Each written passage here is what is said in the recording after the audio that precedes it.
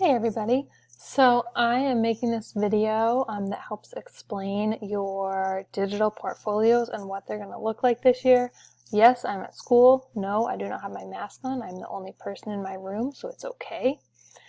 But if you look on your Thursday section, again, I'm in the green cohort, so you're on Thursday. Gold cohort, your section of this will be on Tuesday. It will be in this section on Tuesday. I just don't have your schedule up. But if you go to our Bitmoji Classroom, you click on the gold flower, go to your weekly schedule, let it load because it takes a hot second, and then go to your Tuesday. This is where your digital portfolio things are. The links are down here. So Tuesday for the gold cohort, and then Thursday work for the green cohort. We are going to use a digital portfolio this year to house and home all of your work that you do. So any work, evidence, things that you've worked on, things you want to show, instead of posting to Google Classroom or emailing, it'll keep it in one distinct place. You'll have ownership of it. I will have ownership of it. Or if you have Miss Kuntz, you'll share it with her and she will have ownership of it. As kind of a nice home for all your work, and then you can take it with you in high school and be like, look, I've worked on this proficiency a little bit, like this is where I'm at, I'm going to start from here instead of starting from scratch. You can also link it into your PLP site under evidence if you want, for Ninth Grade Academy or other sections, whatever we do that might work for you. So that's where you're going to make a digital portfolio instead of posting or submitting everything to Google Classroom. You can really make it however you want. I don't mind what format it is as long as I can have access to it and it's easy to share with other people. I made two examples right here, a Google Docs portfolio and a Google Slides portfolio. I'll show you the Google Docs portfolio example first. So if you click this link and open it, it will bring you to my example portfolio.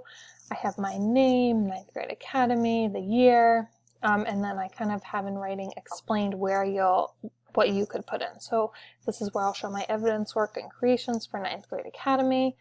And then if you choose to follow this template, you're more than welcome to go up to File, hit Make a Copy, and then name it your own name, Ninth Grade Academy Portfolio, store it wherever you got to store it in your drive to find it. You're more than welcome to make a copy. If you do that, you'll follow kind of this template, so it has the assignment name, what you learned, a link or a description. You could also put in the semester that you took it, so it would be semester 1 or semester 2, things like that. A link, a photo, here's an example. Well, it's shot it to the other page now. So the first assignment is the online Get to Know You. I did it in semester 1. I created an online Get to Know You activity for remote learning. Here's a link to it, but I also took a screenshot of it. This is my remote Get to Know You that I had made. That's the Google Doc example. If you go back to our weekly schedule and scroll down, you'll find the Google Slides portfolio example. It's the same thing, it has the same information, it's just going to be in a different setup. So it's really whatever's going to work best for your brain, your processing, how you need to do things. I have my name, the class that it's for.